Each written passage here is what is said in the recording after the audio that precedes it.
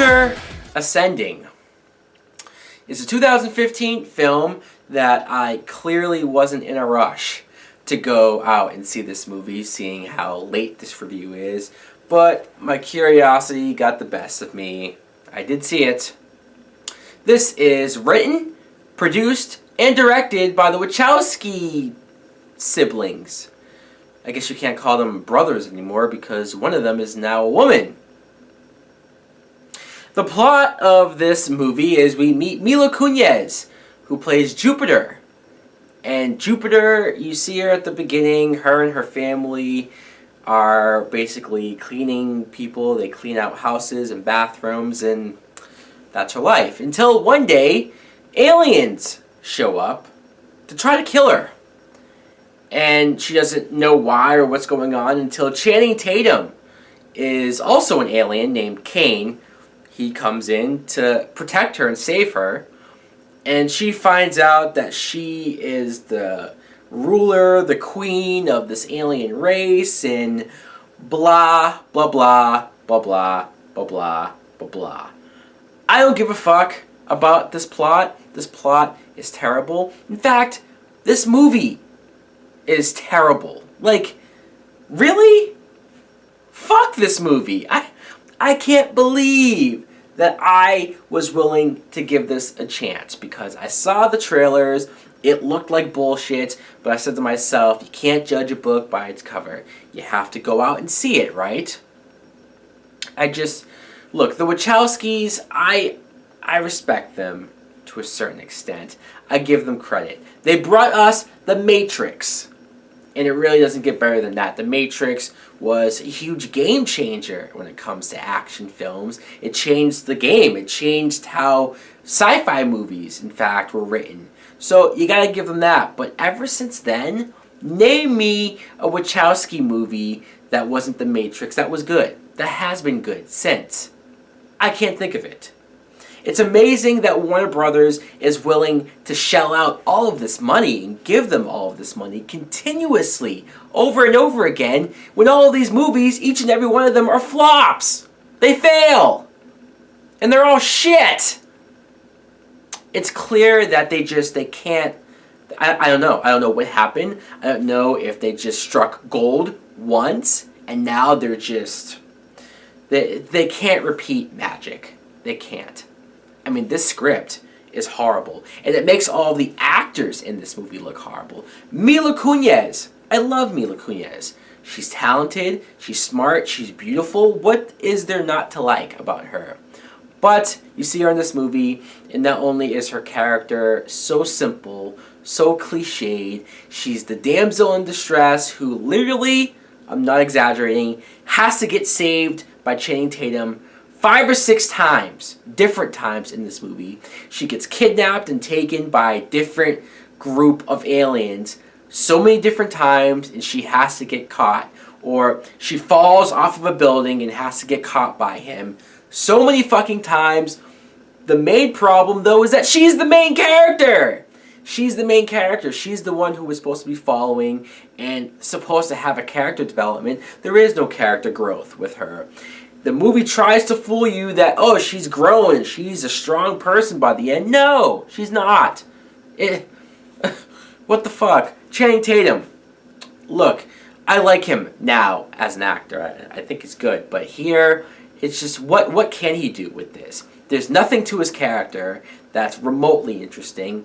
He's the most cliched, one-dimensional hero you can ever meet. He gets hired by an alien to protect her. But then, because he's a guy and she's a girl, they have to fall in love, right?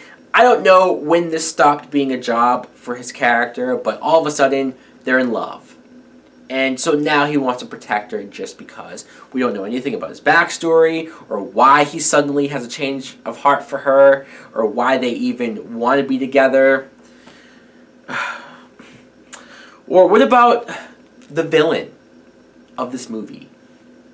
Eddie Redmayne, who, he just won an Oscar for playing Stephen Hawking. Look, this is not the movie you want to have in theaters when you win an Oscar. He is horrible in this fucking movie. I shouldn't judge him for winning an Oscar on a different movie, but if this was the first movie that I'd seen him in, and actually it was for me, I'm watching him here and I'm like, what the fuck is he doing? What's with this voice? This monotone, one-dimensional voice that he does. He never raises emotions. He's the same way throughout it.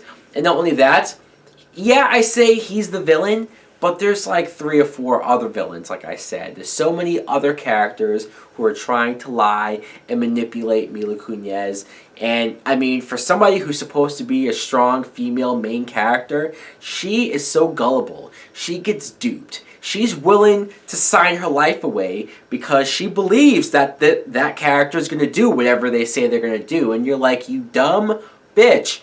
You're like, why do I care about you? Oh, that's right, I don't. I will try to give this movie a little bit of credit. The CGI is good. Hell, it better be fucking good. This movie is almost at a $200 million budget. Of course it's going to be good CGI. Another thing is that this movie was originally supposed to come out in the summer of 2014. The summer! It's now 2015. So when you hear that, it's no wonder why Warner Brothers probably saw this movie and said, holy fuck, we can't release this in the summer. This is some old bullshit. We have to push this back. And upon watching it, I'm amazed it even saw the light of day. It has decent action. I will say that the action is shot well. The Wachowskis can shoot action well. It's not shaky cam. It's not super close up. Like it's wide shots. I can tell what's going on, and they have some good scenery of them flying in the air and being shot at by ships, and it's like, okay, I can enjoy the action to a certain extent, but then when the characters are so poorly written, when the plot and the script is all over the place, and I don't care about really what's going on screen, good action doesn't mean shit. Sean Bean is also in this movie. Sean Bean. And I shouldn't be surprised that Sean Bean would do a movie like this. The first thing I was thinking of when I saw him was, okay, how much soon before he dies? Because Sean Bean dies in everything. I'm sorry. For anyone who might have found some enjoyment out of this film, why? Why? What is there to like about this movie? This movie is horrible. It was a chore. It was painful to sit through and get through. It's 2 hours long. 2 hours of my life that I'll never get back. This is the worst movie of 2014. I know it's only February. I know it hasn't been too much along in the year, but if a movie could do worse than this, then holy fuck, I don't know if I can sit through that movie. My rating, if it wasn't obvious before, is a big fuck you. Fuck you, Jupiter Ascending. I can't believe that I gave you a chance. I tried. And you failed miserably. Anyways, guys, let me know in the comments below if you too, for some reason, gave this movie a chance. What did you think of it? Like, comment, subscribe. Later.